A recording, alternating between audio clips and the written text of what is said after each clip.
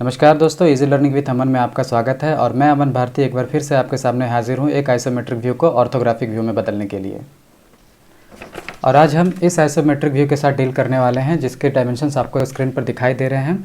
बस कुछ इंपॉर्टेंट चीज़ें हैं जिसे मैं हाईलाइट कर देता हूं, जैसे कि ये सेमी सर्कुलर कटआउट है जिसका डायमीटर 15 mm है। और ये उसके ठीक नीचे आपको एक सर्कुलर होल नज़र आ रहा है जो कि इस तरफ जा रहा है और इसका डायमीटर भी 10 mm है।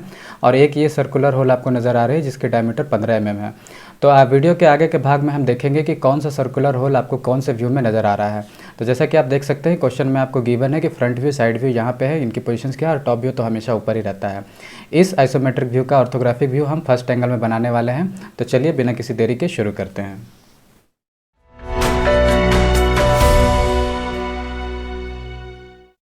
तो चलिए इस ऑब्जेक्ट का फ्रंट व्यू बनाते हैं सबसे पहले। और फ्रंट से देखने पे हमें जो चीज़ें नज़र आती है उसे मैंने ऑलरेडी शेड कर रखा है यहाँ पे, जैसा कि आप देख सकते हैं।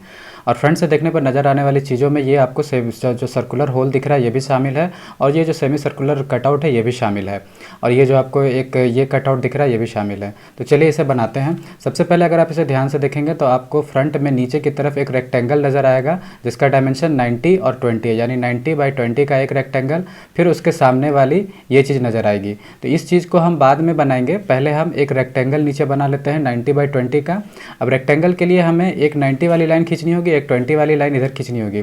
इसके ठीक ऊपर हम ये जो लाइन आपको नज़र आ रही है ये लाइन भी ड्रॉ कर लेंगे, और इस लाइन के ठीक ऊपर हम ये भी ड्रॉ कर लेंगे। और इस लाइन की लंबाई आपको नज़र आ रही है 40 mm है, और साथ ही साथ ये भी 40 mm है, और ये 20 mm, यानी कि ये 40 ये 20 हमें टोटल बताती है इस ऑब्जेक्ट की हाइट, और ये 90 इसकी चौड़ाई तो है ही, यानी कि फ्रंट से देखने पे हमें चौड़ाई और लंबाई पता चल जाती है। तो चलिए हम इसे बना लेते हैं, एक 90 और टोटल 60 mm। ठीक है, तो चलिए इसे बना लेते हैं।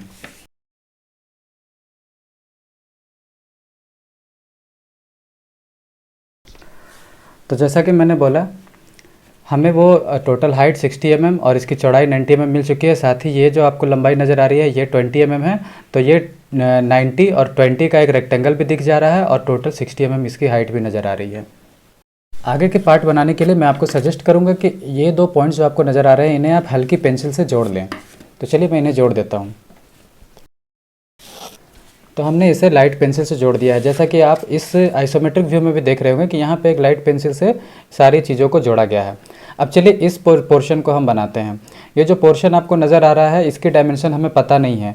ये जो दो इंक्लाइंड लाइन आपको नज़र आ रहे हैं इसके डायमेंशन हमें पता नहीं है, लेकिन हमें ये पता है कि ये जो पोर्शन है वो कितने mm की लंबाई में समाया हुआ है। जैसा कि आप यहाँ पे देख सकते हैं कि ये 35 mm दिया हुआ है, यानी कि इस पॉइंट से लेकर इस पॉइंट तक की दूरी 35 mm है। मैंने बनाते टाइम इसे मेज़र किया था। तो इस पॉइंट से लेकर इस पॉइंट की दूरी 35 mm है, और अगर इसे हम वर्टिकली नीचे लेकर के आएंगे तो वो यहाँ पे मिलता है। मैं आपको चलिए स्केल से दिखा देता हूँ। अगर आप इसे इस तरह से मेज़र करोगे तो ये जो पॉइंट आपको नज़र आ रहा है वो यहाँ मिलता है, यानी कि ये जो है, ये जो लाइन आपको इंक्लाइंड लाइन नज़र आ रही है ये 35 mm के रेंज में ही समाया हुआ है। इसके बाद आपको नज़र आ रहा है यहाँ से 25 mm, यानी कि इस पॉइंट से इस पॉइंट की दूरी 25 mm है। तो ये वाला पॉइंट फिर से इन्वॉल्व हो गया है। तो इस पॉइंट को अगर फिर हम ड्रॉप करेंगे तो यहाँ मिलेगा, और यहाँ से इस इंक्लाइंड लाइन की शुरुआत होती है, यानी कि ये जो इंक्लाइंड लाइन नज़र आ रही है ये 25 mm के अंदर ही समाया हुआ है। यानी कि ये सरफेस जो हमें टॉप से नज़र आएगा, अभी फ्रंट से तो नज़र नहीं आएगा, ये सरफेस जो है ये टोटल 25 mm में समाया हुआ है, और ये जो आपको नज़र आ रहा है ये टोटल 35 mm में समाया हुआ है। ये ठीक उसी तरह है जैसा हमने पिछले दो वीडियोस में देखा है कि एक इंक्लाइंड लाइन की लंबाई, एक्चुअल लंबाई तो पता नहीं होती है, लेकिन वो किसी न किसी डायमेंशन में समाया हुआ होता है। तो बस हमें ये करना है, इसे बनाने के लिए यहाँ से हमें 35 mm मेज़र करना होगा, और अपने आप फिर यहाँ से वहाँ ये 25 mm हो जाएगा। चलिए मैं दिखाता हूँ कैसे। सबसे पहले मैं यहाँ से यहाँ एक 35 mm मेज़र कर लेता हूँ। ये जो पॉइंट मैंने बनाया ये बन गया 35 mm। इसके बाद अगर मैं आगे बढ़ूँ तो 5, 10, 15, 20 और ये 25। तो इस जगह पे अगर मैं एक पॉइंट बनाऊँ तो ये आपको हो जाएगा 25 mm, यानी कि यहाँ से लेकर यहाँ तक 35 और यहाँ से लेकर यहाँ 25। इसके बाद अगर मैं मेज़र करूँ तो हमें टोटल 30 mm बच रहा है, और ये जो पोर्शन आपको नज़र आ रहा है इस पॉइंट से लेकर इस पॉइंट तक ये टोटल 30 mm में ही समाया हुआ है। ठीक है, तो चलिए अब ज़रा देखते हैं कि ये जो आपको इंक्लाइंड लाइन नज़र आ रही है, ये जो इंक्लाइंड कटआउट है, इसकी गहराई कितनी है, अंदर तक ये कितना गहरा है। तो चलिए इस पॉइंट पे गौर कीजिए। ये जो आपको पॉइंट नज़र आ रहा है, ये इस सर्कुलर होल का सेंटर है, और इस सेंटर से जो सेंटर लाइन निकल रही है वो इधर जा रही है और इधर जा रही है। तो इसे अगर आप स्केल रख कर यूँ कुछ ट्रेस करोगे तो आपको पता चलेगा कि ये वाली जो सेंटर है उसी के सीध में ये वाली पॉइंट है, यानी कि ये पॉइंट और ये सेंटर नीचे से समान दूरी पर है। अब नीचे से समान दूरी पर है यानी ऊपर से भी समान दूरी पर ही होगी। तो ऊपर से ये 25 mm की दूरी पर है, जैसा कि आपको दिखाई दे रहा है, ये सेंटर ऊपर से 25 mm की दूरी पर है, यानी कि ये जो कटआउट आपको दिखाई दे रहा है इसकी गहराई भी 25 mm की दूरी पर ही है, ऊपर से 25 mm की दूरी पर। यानी कि ये इसे अगर आप सीधे ट्रेस करोगे तो आपको 25 mm दिखाई देगा। तो हमें कुछ नहीं करना है, हमें इस पॉइंट से नीचे 25 mm मेज़र कर लेना है। तो चलिए उसे मैं मेज़र कर लेता हूँ, फिर मैं आपको बताता हूँ कि कैसे इसे बनाएंगे आगे। तो 25 mm मेज़र कर लेते हैं। तो ये जो पॉइंट आपको दिखाई दे रहा है ये ऊपर से 25 mm की दूरी पर है। अब आपको कुछ नहीं करना है, आपको ये वाला पॉइंट मिल गया जिसे आपने ऑर्थोग्राफिक व्यू में बना दिया। तो अब आप देख सकते हैं इसमें कि ये पॉइंट जो है और ये पॉइंट है आपस में मिले हुए हैं, यानी कि इन पॉइंट को और इन पॉइंट को मिलाना है। साथ ही साथ ये पॉइंट जो है और ये पॉइंट है वो आपस में मिले हुए, तो हमें बस इन दोनों पॉइंट को मिलाना है, हमारा ये कटआउट तैयार हो जाएगा। तो चलिए मैं इसे भी बना लेता हूँ। अब मैं आपको फिर से बता दूं कि इन दोनों लाइंस के इंक्लिनेशन की चिंता नहीं करनी है, क्योंकि ये अलग ही एक एंगल पर इंक्लाइंड है।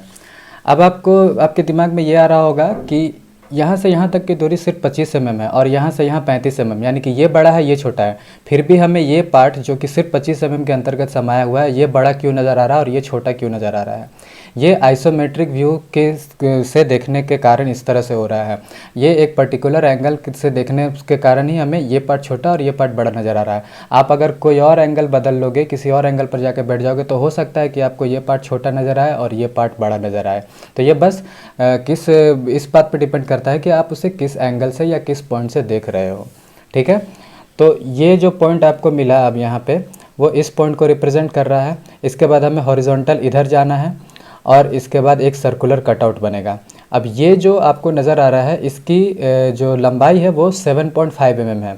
जैसा कि हमें पता चल गया कि ये टोटल 30 mm है, टोटल 30 mm है, यहाँ से यहाँ 30 mm बच रहा है, यानी कि ये टोटल 30 mm है। और 15 ये जो कटआउट है यही 15 mm की जगह लेकर चला गया है। इसका मतलब बचा इधर 7.5 और इधर 7.5, यानी 7.5 15 और ये बाकी का 15 30 mm। तो हम इधर से यहाँ 7.5 mm ड्रॉ करेंगे, फिर उसके बाद 15 mm छोड़ेंगे, फिर 7.5 mm इधर ड्रॉ करेंगे। तो चलिए देखिए कैसे होता है ये जो दो पॉइंट्स आपको नज़र आ रहा है, यहाँ से यहाँ 7.5 mm, यहाँ से यहाँ 15 mm, फिर यहाँ से यहाँ 7.5 mm। 7.5 mm अगर आपको ड्रॉ करना है तो इसमें कन्फ्यूज़न नहीं होनी चाहिए। 7 और 8 के बीच में आप एक कोई भी जगह चुन लीजिए, वो 7.5 mm ही माना जाएगा। तो फिलहाल जो 7.5 mm वाली जगह है उसे हम डार्क कर लेते हैं।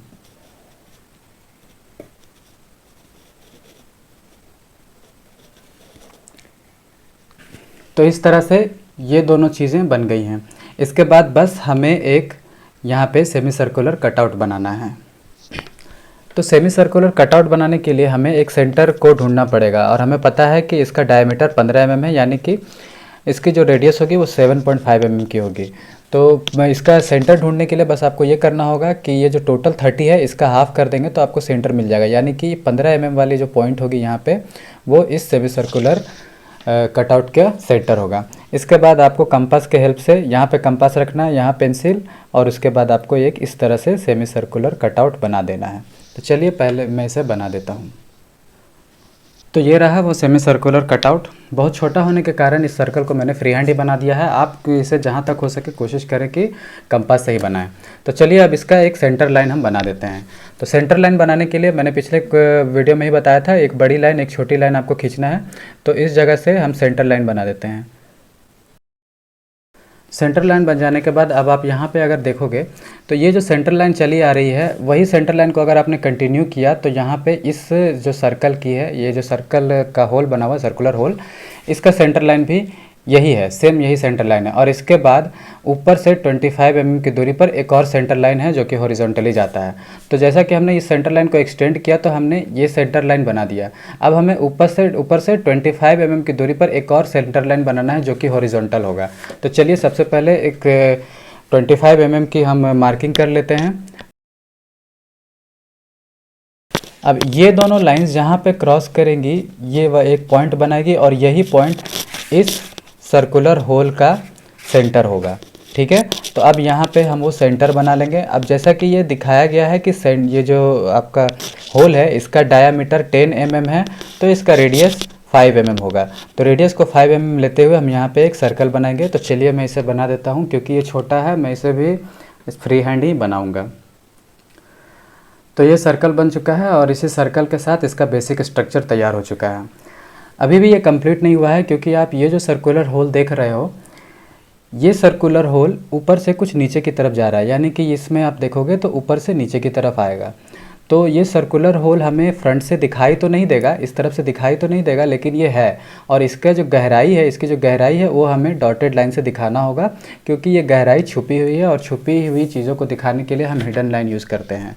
तो अब हिडन लाइन जो हम यूज़ करेंगे वो कितनी लंबी होगी और कहाँ पर होगी, कि यहाँ से इस एंड से कितनी दूरी पर होगी या फिर इस एंड से कितनी दूरी पर होगी। चलिए हम इसे पता करते हैं। तो ये जो आपको एक डायमेंशन नज़र आ रहा है 35 mm का, ये हमें बता रहा है कि ये जो सर्कल है उसका सेंटर इस लाइन से कितनी दूरी पर है, यानी कि इस पॉइंट से कितनी दूरी पर है। तो वो है 35 mm का। इसके बाद हमें ये दिखाया जा रहा है कि ये जो आपको ये सर्कल नज़र आ रहा है इसका डायामीटर 15 mm का है, यानी कि इसका रेडियस 7.5 mm यानी कि 7.5 mm का होगा। तो सबसे पहले हम क्या करेंगे कि यहाँ से हम 35 mm मेज़र करेंगे। उसके बाद हम एक बार 7.5 mm जोड़ेंगे तो हमें इधर वाली पॉइंट मिल जाएगी जो कि ये होगी। और उसके बाद एक बार हम 7.5 mm माइनस करेंगे तो हमें इधर वाली पॉइंट मिल जाएगी जो कि ये पॉइंट होगी, ठीक है। और इन्हीं दो पॉइंट के आधार पर हम इसे डॉटेड लाइन बनाएंगे। तो सबसे पहले हमारा काम होगा कि हम 35 mm को मेज़र कर लें। तो इस पॉइंट से अगर हम 35 mm को मेज़र करते हैं तो हमें यहाँ मिलेगा, ठीक है, ये वाली पॉइंट। और इसके बाद अब हम चलिए इसमें 7.5 mm ऐड करेंगे और 7.5 mm माइनस करेंगे। तो इस तरह से हमें दो पॉइंट्स मिल गए हैं, यहाँ पे माइनस वाली पॉइंट और यहाँ पे प्लस वाली पॉइंट। तो इन्हीं दोनों पॉइंट से हम वो हिडन लाइंस निकाल देते हैं। तो हिडन लाइन बन जाने के साथ ही हमने ये जो होल नज़र आ रहा है आपको उसका रिप्रेजेंटेशन कर दिया है।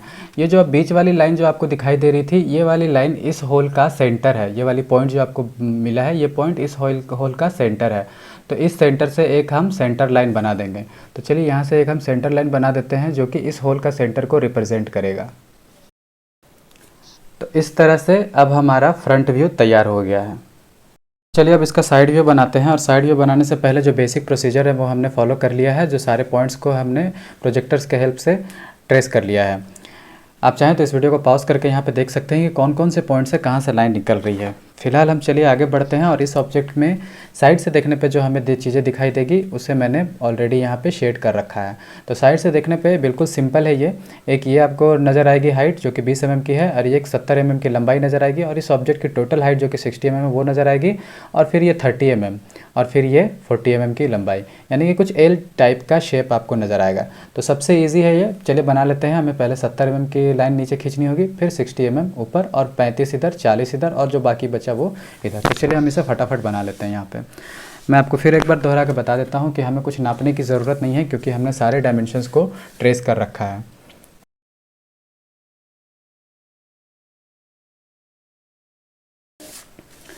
तो इस तरह से मैंने जो कहा था वो बना दिया है। ये जो आपको हाइट नज़र आ रही है वो 60 mm की है, ये 70 mm, इधर से हम 20 mm जाते हैं, ये 35, ये 35 और ये जो बचे है वो 40 mm, ठीक है। इसके बाद हमें और कुछ इसमें नज़र नहीं आएगा सिवाय कुछ हिडन लाइंस के। जैसा कि आप देख सकते हैं साइड से देखने पे हमें ये होल तो नज़र नहीं आएगा, लेकिन इसकी गहराई को हमें हिडन लाइन से दिखाना होगा यहाँ पे कहीं। और ये जो कटआउट आपको नज़र आ रहा है इसको भी हमें हिडन लाइन से दिखाना होगा, क्योंकि ये जो लाइन आपकी नज़र आ रही है ये लाइन हमें आइसोमेट्रिक व्यू से नज़र आ रही है, लेकिन साइड से हम देखते हैं तो हमें ये लाइन नज़र नहीं आएगी, लेकिन वो लाइन वहाँ मौजूद है जिसे हमें बनाना ज़रूरी है। साथ ही ये जो आपको दिखाई दे रहा है सेमी सर्कुलर कटआउट, इसका भी रिप्रेजेंटेशन हमें यहाँ पे देना है। और ये जो आपको होल नज़र आ रहा है जो कुछ इस प्रकार से अंदर चला जा रहा है, इसे भी हमें हिडन लाइन से बनाना है। तो चलिए सबसे पहले इसके बात हम करते हैं, इसे हम बना लेते हैं। तो देखिए ये जो सेंटर आपको दिखाई दे रहा है, ये सेंटर इस लाइन से 15 mm की दूरी पर है। यानी कि आप इसे साइड से जब आप देखते हो तो आपको पता चलता है कि इस लाइन से ये 15 mm की दूरी पर है। ये लाइन तो आपको पॉइंट की तरह नज़र आएगी, तो यानी कि इस पॉइंट से 15 mm की दूरी पर।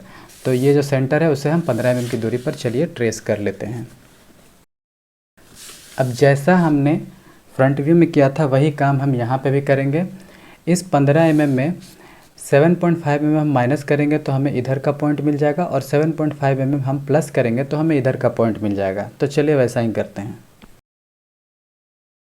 तो आपको ये जो 2 पॉइंट्स मिल गए हैं, इन्हीं पॉइंट से हम सेंटर लाइन, ये हिडन लाइन बना देंगे, ठीक है। तो इस तरह से इस सर्कुलर होल का रिप्रेजेंटेशन हो गया है। चलिए अब इसका रिप्रेजेंटेशन करते हैं। तो ये जो आपको सेमी सर्कुलर होल नज़र आ रहा है, सेमी सर्कुलर कटआउट जो आपको नज़र आ रहा है, ये इसकी डायमीटर 15 mm की है। टोटल यहाँ से यहाँ की दूरी आपको 15 mm दिखाई दे रही है, जो कि इसका डायमीटर ही है। लेकिन ये सिर्फ सेमी सर्कुलर बना हुआ है, तो यहाँ से लेके यहाँ तक की जो गहराई है वो 7.5 mm ही है, यानी कि इसका रेडियस 7.5 mm का ही है। तो हमें कुछ नहीं करना है, हमें बस यहाँ से 7.5 mm नाप लेना है और यहाँ से 7.5 mm नाप लेना, और दोनों को एक लाइन से, हिडन लाइन से मिला देना है। वो हिडन लाइन हमें ये सेमी सर्कुलर कटआउट को रिप्रेजेंट करेगा। तो चलिए इसे भी बना लेते हैं। तो इस तरह से सेमी सर्कुलर कटआउट का भी रिप्रेजेंटेशन बन चुका है। अब अगला काम जो हमें करना है वो ये है कि ये वाली लाइन का रिप्रेजेंटेशन देना है, जो कि एक हिडन पार्ट है। साथ ही साथ आपको ये भी पता चलता है कि ये जो पॉइंट है जहाँ से ये लाइन निकल रही है और इस सर्कल का सेंटर दोनों ऊपर से एक ही ऊंचाई पर है, यानी कि 25 mm सेम ऊंचाई पर है। तो जिस तरह से इस पॉइंट से एक लाइन इधर जा रही है, उसी तरह से इस सर्कल से भी एक लाइन अंदर की ओर जा रही होगी, और जो दोनों लाइन जा रही होगी वो ऊपर से सेम दूरी पर है, यानी कि हमें दोनों एक ही लाइन नज़र आएगी। तो ऊपर से जब हम मेज़र करेंगे इस चीज़ को, तो हमें 25 mm की दूरी पर हमें वो लाइन नज़र आएगी। तो ऊपर से 25 mm यहाँ आता है। अब यहाँ इसलिए मैंने डायरेक्टली बता दिया क्योंकि ये जो सर्कल है, ये वाले सर्कल का रिप्रेजेंटेशन यहाँ पे हमने पहले ही इसे बना चुका है यहाँ पे, और इसका ट्रेस ये है। अब ये जो सेंटर आपको नज़र आ रहा है ऊपर से 25 mm की दूरी पर था, यानी कि इस सेंटर से जो ट्रेस निकला है, जो प्रोजेक्टर निकला है, वो भी 25 mm की दूरी पर ही होगा। इसके बाद इसका ऊपरी हिस्सा, उसका ट्रेस यहाँ पे है, और इसका निचला हिस्सा, उसका ट्रेस यहाँ पे है। तो बस हमें कुछ नहीं करना है, ये जो बीच वाली लाइन दिख रही है, यहाँ पे हमें एक सेंटर लाइन बना देना है। सेंटर लाइन इसलिए क्योंकि इस जगह से उसकी सेंटर निकलती है, तो हमें सेंटर लाइन बनाना होगा। और ऊपरी हिस्से को हमें डॉटेड लाइन से बनाना होगा, क्योंकि ये ऊपरी हिस्से से जो लाइन निकलती है उसको हमें यहाँ पे रिप्रेजेंट करना है। और जो निचले हिस्से को हमें बनाना है, इसे भी डॉटेड लाइन से बनाना है, क्योंकि इस निचले हिस्से को, यानी कि इस निचले हिस्से को हमें डॉटेड लाइन से रिप्रेजेंट करना है। तो चलिए इन तीनों लाइन्स को हम बना लेते हैं।